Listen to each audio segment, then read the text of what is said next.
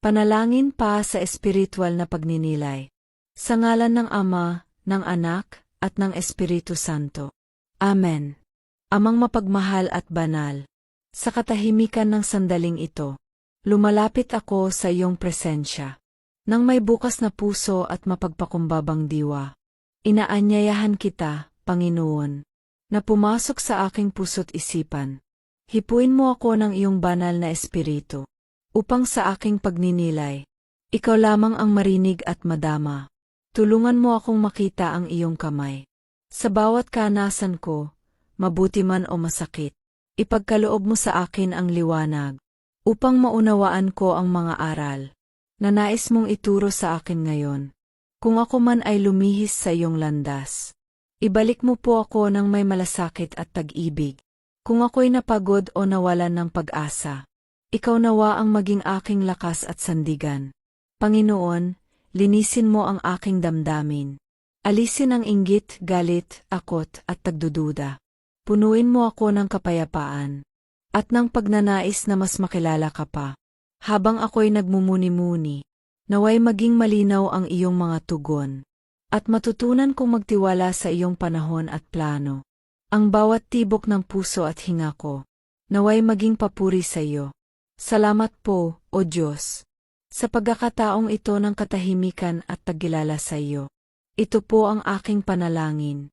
Sa ngalan ni Jesus na aking Panginoon at tagapagligtas. Amen.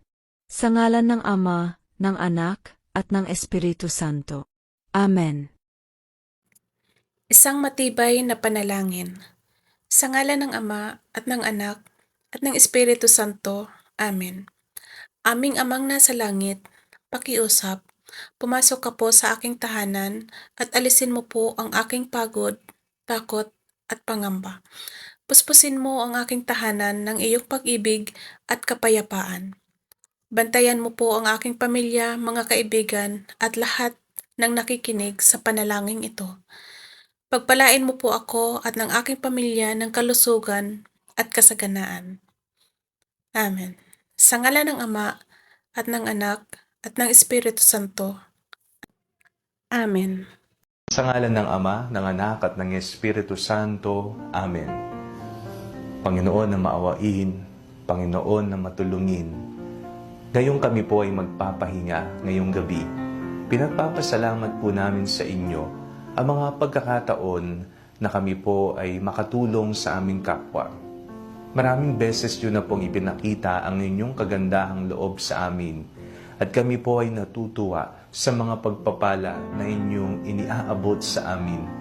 Maganda ang inyong loob at ang inyong kabutihan ang siyang nagtutulak sa amin upang tumulong at dumamay sa aming kapwa. Pagkalooban niyo po kami palagi ng isang pusong nag-aapoy para tumulong at mahalin higit lalo ang mga nangangailangan at ang mga may hirap. Kayo po ang aming inspirasyon. Kayo po ang aming modelo sa kagandahang loob na ito. Alam po naming iniutos niyo sa amin na mahalin ang aming kapwa kung papaanong minamahal namin ang aming sarili.